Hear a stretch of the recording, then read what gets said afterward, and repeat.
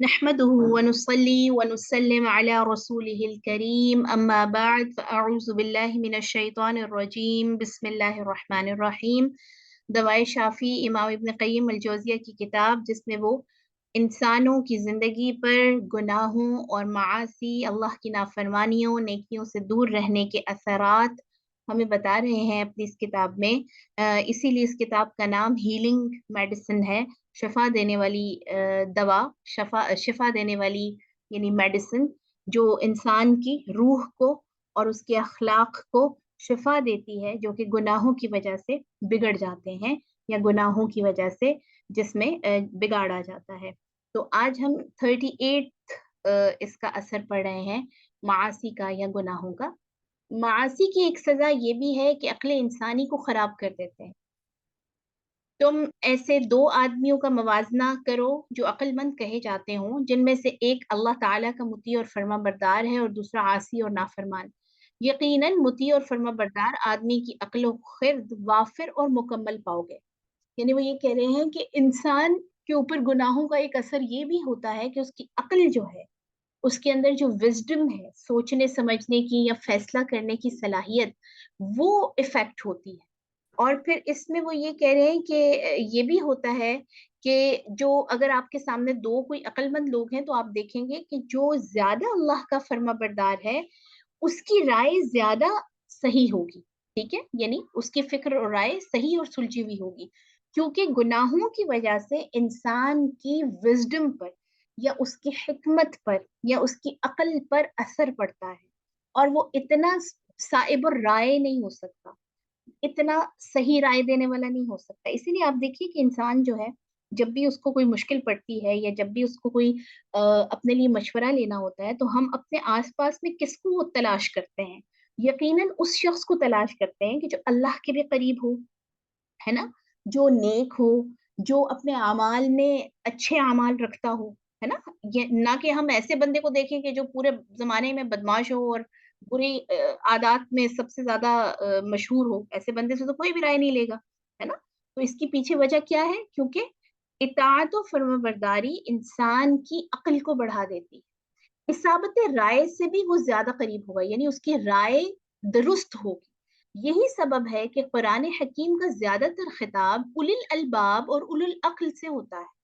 مثلاً اللہ تعالیٰ قرآن مجید میں سورہ بقرہ میں فرماتے ہیں، بسم اللہ الرحمن الرحیم، وَاتَّقُونِ يَا أُولِي الْأَلْبَابِ، اے عقل مندو تم مجھ سے ڈرتے رہو۔ اسی طرح سورہ مائدہ میں فَاتَّقُوا اللَّهَ يَا أُولِي الْأَلْبَابِ، اے عقل مندو اللہ سے ڈرتے رہو۔ اسی طرح سورہ زمر میں انما يتذکر اولو الالباب، بے شک عقل مند لوگ ہی نصیحت حاصل کرتے ہیں۔ تو کہتے ہیں کہ قرآن مجید میں بھی اللہ تعالیٰ جب بھی آپ کو انوائٹ کرتے ہیں غور و فکر کی طرف، آپ کو دعوت دیتے ہیں غور و فکر کی طرف، تو خاص طور پر اولو الالباب یا اولو العقل کہہ کے مخاطب ہوتے ہیں، یعنی عقل والے لوگ، سمجھدار لوگ، کیونکہ جو سمجھ رکھتا ہے وہی اللہ کے رستے پہ چلے گا۔ اس قسم کی آیتیں قرآن حکیم کے اندر بے شمار ہیں۔ اس شخص کو کون عقل مند کہے گا کہ جو اس ذات کی نافرمانی کرے جس کے قبضہ قدرت میں اس کی جان ہے، جس کے گھر میں یہ رہتا ہے، زمین اللہ کا گھر ہے نا، آپ دیکھیے، اور اچھی طرح جانتا ہے کہ صاحب خانہ اسے دیکھ رہا ہے، اس کی تمام حرکات و سکنات کا وہ مشاہدہ کر رہا ہے، کوئی چیز اس کی، کوئی بات اس سے مخفی نہیں۔ یہ بالکل ایسے ہی ہے جیسے آپ کسی ہوٹل میں جائیں یا کسی ایسی جگہ پر سٹے کریں جہاں آپ کو یہ پتا ہو کہ یہاں کیمراز لگے ہوئے ہیں، ٹھیک ہے، آپ کو آبزرو کیا جا رہا ہے، آپ کی ہر ایک حرکات و سکنات پر نظر ہے، تو آپ دیکھیں ہم کتنے کانشیس ہو جاتے ہیں، کتنے ہم سنبھل کر جو ہے وہ اٹھتے بیٹھتے ہیں، کیونکہ ہمیں پتا ہوتا ہے کہ جی کیمرے کی نظر میں ہے۔ تو آپ دیکھیے کہ اللہ سبحانہ و تعالیٰ جس کی آنکھ ہم پر ہر وقت ہے، ٹھیک ہے، ہر لمحہ ہے، ہر لہجہ ہے، تمام حرکات و سکنات نہ صرف اللہ دیکھ رہا ہے بلکہ ریکارڈ بھی ہو رہی ہیں۔ کہاں ریکارڈ ہو رہی ہیں؟ ہمارے جو آپ دیکھیے شولڈرز پہ بیٹھے ہوئے نا فرشتے، ریکارڈ کیے جا رہے ہیں۔ کوئی چیز، کوئی ذرہ برابر بات ہماری جو ہے وہ اس سے چھپی بھی نہیں ہے۔ اسی لیے انسان قیامت کے دن حدیث میں آتا ہے کہ لوگ حیران ہو جائیں گے، کہ بعض انسان اس چیز کو دیکھ کے حیران ہوں گے کہ ان کو امید نہیں ہوگی کہ ان کی اتنی زیادہ وہاں پر نیکیاں ہوں گی، اور وہ پھر ان کے جب سامنے آئیں گی تو وہ حیران ہوں گے کہ ہم نے تو اتنی نیکیاں نہیں کی، لیکن وہ چھوٹی چھوٹی اچھی نیتیں، دوسروں کے بارے میں اچھی رائے،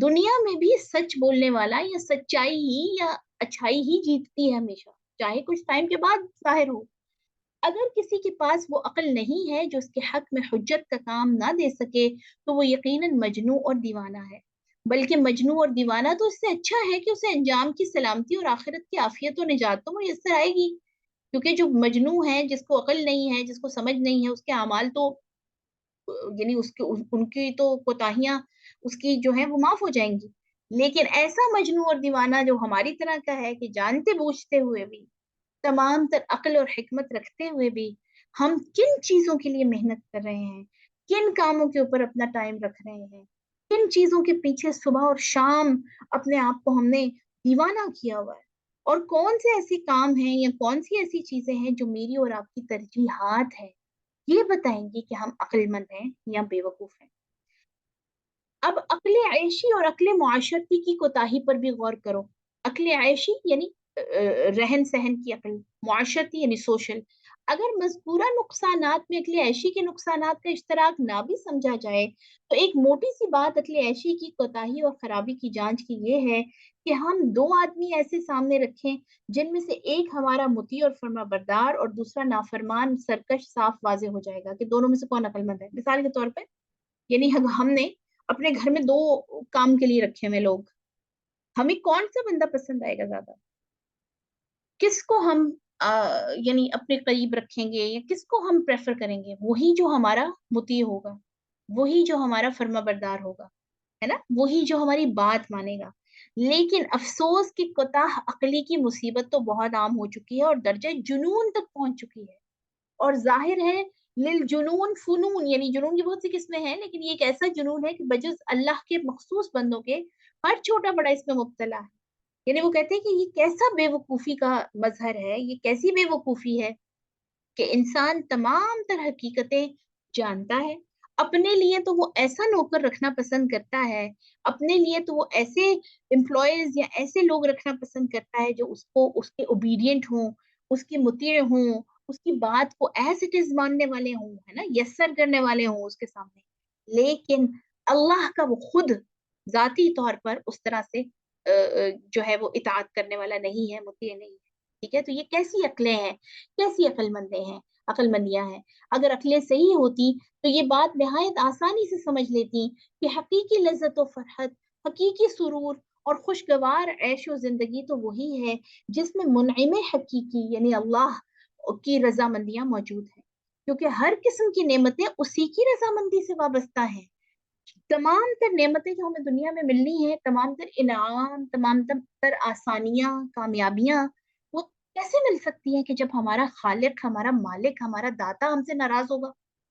جو رازق ہے، جو سمیع الدعا ہے، جو عطا کرنے والا ہے، اگر ہم اس کے اچھے بندے نہیں ہیں، ہم کوشش کر کے بائی ایفرٹ اس کی اطاعت نہیں کر رہے، اس کو راضی کرنے کی چیزیں ڈھونڈ ڈھونڈ کر نہیں رہے، تو پھر یہ کیسے ہو سکتا ہے کہ ہم اپنے لیے اتنی لمبی ایکسپیکٹیشنز رکھتے ہیں کہ ہم دنیا میں کامیاب بھی ہوں اور بڑی خوشی اور فلاح کی زندگی بھی گزار رہے ہوں؟ ٹھیک ہے، بس واقعہ یہ ہے کہ آنکھوں کی ٹھنڈک، تسکین قلب، سرور نفس، حیات قلب یعنی دل کی زندگی، لذت روح، لذت آنگین عیش یعنی زندگی کی لذت، خوشگوار زندگی تو وہی ہے جس میں منعم حقیقی کی رضامندیاں شامل ہوں۔ جو قیمتی انمول نعمتیں اسے منعم حقیقی کی رضامندی سے حاصل ہوں گی وہ اس قدر بیش بہا ہوں گی، اس قدر قیمتی ہوں گی کہ اگر اس کا شمع بھی یعنی قلیل مقدار بھی دنیا مافیہ کی نعمتوں کے مقابلے میں رکھا جائے تو دنیا کی نعمتیں اس کے مقابلے میں ہیج ہیں، کچھ بھی نہیں۔ اگر کسی انسان کو اس نعمت میں سے ادنا معمولی سے معمولی حصہ بھی مل جائے جو کہ اللہ کو ماننے اور اللہ کا ہونے کے بعد جو دل کی خوشی اور قلب کا سکون حاصل ہوتا ہے، اس کے حوالے سے وہ کہہ رہے ہیں کہ اگر اس میں سے تھوڑا سا بھی حصہ کسی کو مل جائے تو وہ دنیا اور مافیہا کو بھی اس کے مقابلے میں منظور نہیں کرے، کیونکہ یہ معمولی حصہ بھی اس قدر قیمتی ہوگا کہ دنیا کی بڑی سے بڑی نعمت سے بھی زیادہ ہوگا۔ آخرت کی مختصر نعمت بھی ایسی ہوگی کہ وہ ان تمام مشقتوں اور انواع و اقسام کے ہموم و غموم سے پاک ہوگی، یعنی آخرت کی جو تھوڑی سی نعمت بھی ہے وہ بھی ایسی اتنی بڑی اس کی یعنی ورتھ ہے کہ وہ دنیا کی تمام مشقتیں اور غموں سے ہمیں پاک کرتے ہیں۔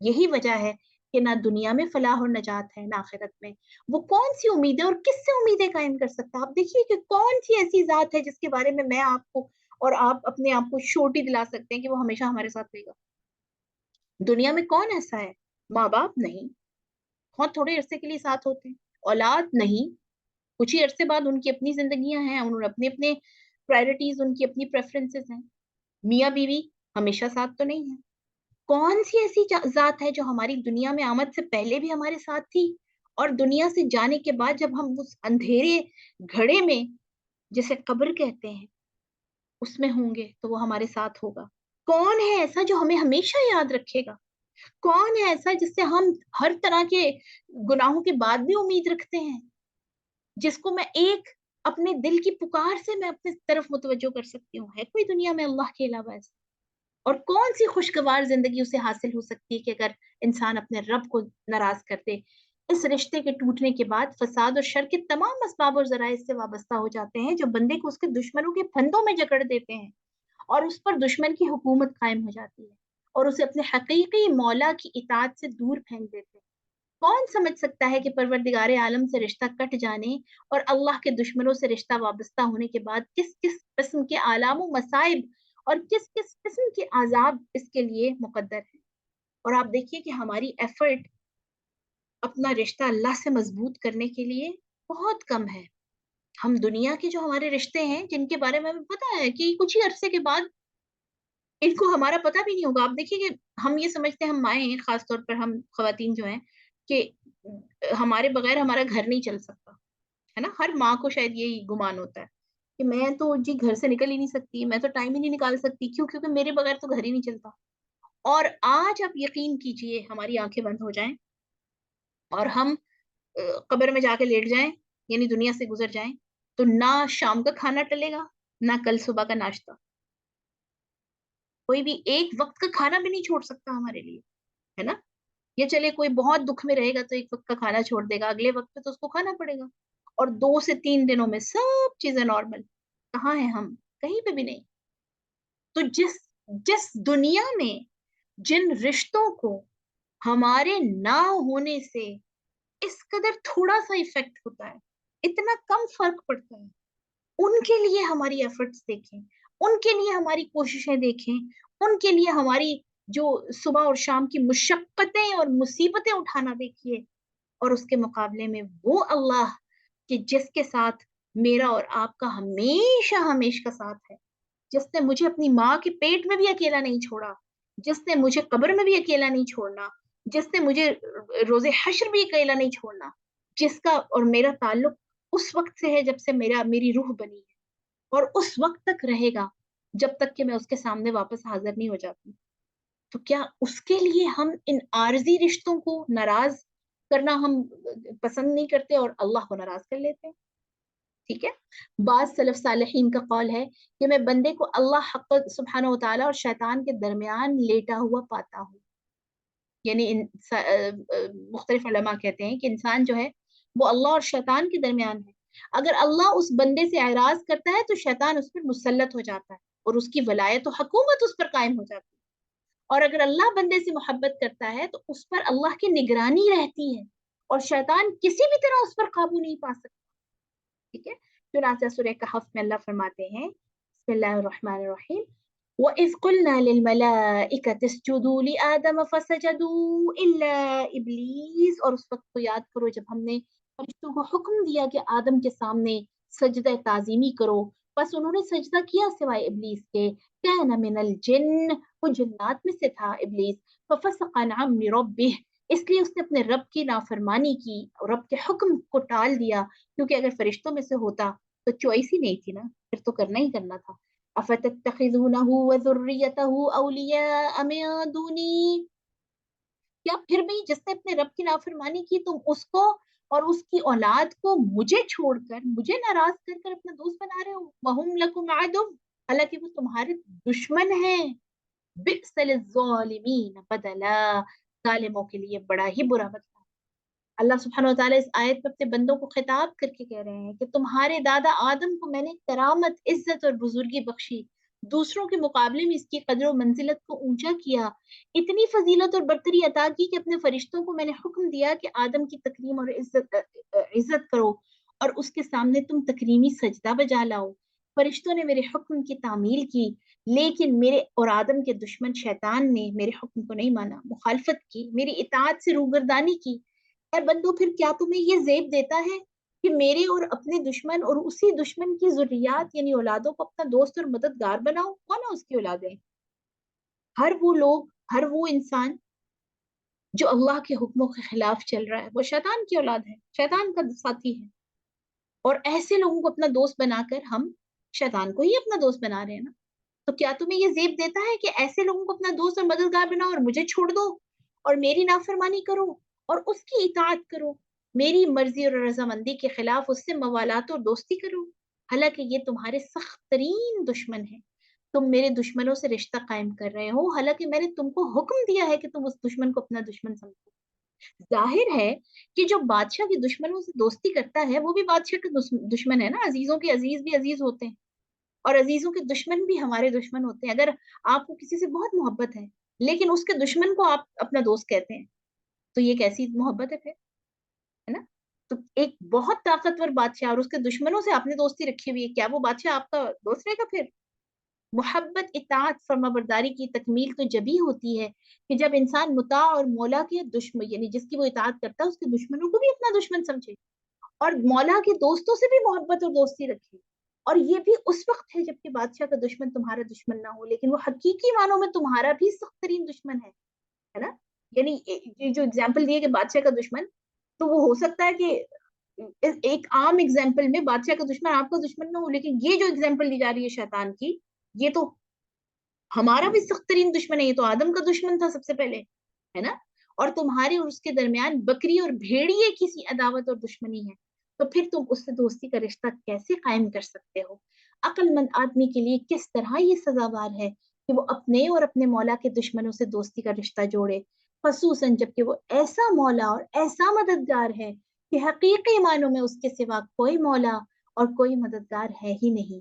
رب قدوس نے اس دشمن سے موالات اور دوستی رکھنے کے بارے میں نہایت ہی برا بتلایا ہے۔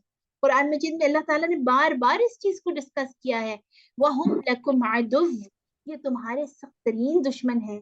پھر اس موالات کو ویسا ہی برا قرار دیا جیسا کہ اس دشمن کو برا قرار دیا، کیونکہ اللہ کا فرمان ہے فَفَسَقَ عَنْ أَمْرِ رَبِّهِ کہ اس نے اپنے پروردگار کے حکم کی نافرمانی کی۔ تو جس نے اپنے رب کی حکم کی نافرمانی کی، اس کے راستے پہ میں اور آپ چل کے اپنے رب کے قریب رہ سکتے ہیں کبھی بھی؟ ایسا نہیں ہو سکتا۔ ان دو آیتوں سے یہ بات واضح ہو گئی ہے کہ شیطان پروردگار عالم کا بھی دشمن ہے اور ہمارا بھی، اور ان میں سے ہر دشمنی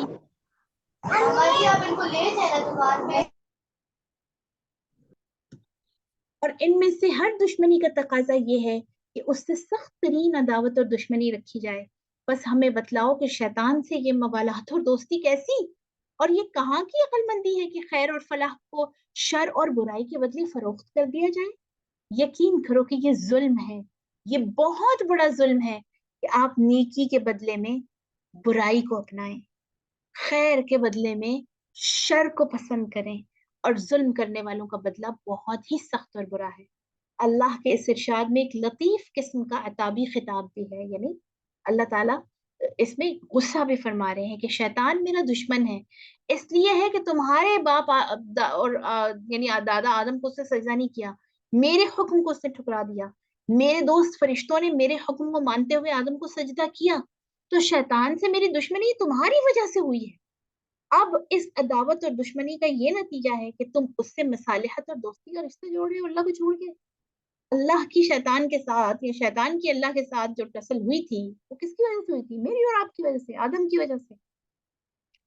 اور ہم اسی اللہ کے دشمن کو جس دشمنی کا آغاز بھی ہماری وجہ سے ہوا، ہم اس کے ساتھ اپنی دوستی رکھتے ہیں، اور اللہ کے راستے پہ چلنا، اللہ کو کی باتوں کو ماننا ہمارے لیے انتہا درجے کا مشکل اور جو ہے وہ کٹھن ہو جاتا ہے۔ اسی لیے آپ دیکھیے نیکیاں جن کے یہ ایک کرائٹیریا اپنے آپ کو جج کرنے کا کہ اگر نیکی کرنا مشکل لگے اور برائی تو آپ دیکھیے کلک پر ہو جاتی ہے نا، برائی آسان لگے تو مان لینا چاہیے کہ وہ جو پیچھے ہم پڑھ کے آئے ہیں کہ جو انسان اللہ اور شیطان کے درمیان ہے بالکل، کہ ہم پر کس کی حکومت چل رہی ہے کہ ہمیں کون سے کام آسان لگ رہے ہیں کرنا. شیطان کے اگر کام میرے اور آپ کے لیے ایزی ہے کرنا، فوراً سے میں وہ کر لیتی ہوں، شوق سے اس کی طرف اٹریکٹ ہوتی ہوں، تو پھر ہمارے اوپر شیطان کی حکومت ہے، پھر ہم شیطان کے دوست ہیں. لیکن اگر الحمدللہ نیکی کی طرف دھیان ہے، نیکی کرنے کا شوق ہے، جذبہ ہے، اور اس کے لیے تمام تر مشقتوں اور تکلیفوں کے باوجود ہم اس کی طرف جا رہے ہیں اور اس کی کوشش کر رہے ہیں، تو اس پر خوش ہونا چاہیے کہ الحمدللہ ہماری دوستی اللہ سے ہے. اللہ تعالیٰ ہمیں اپنی دوستی جو ہے ہمارے نصیب میں کرے.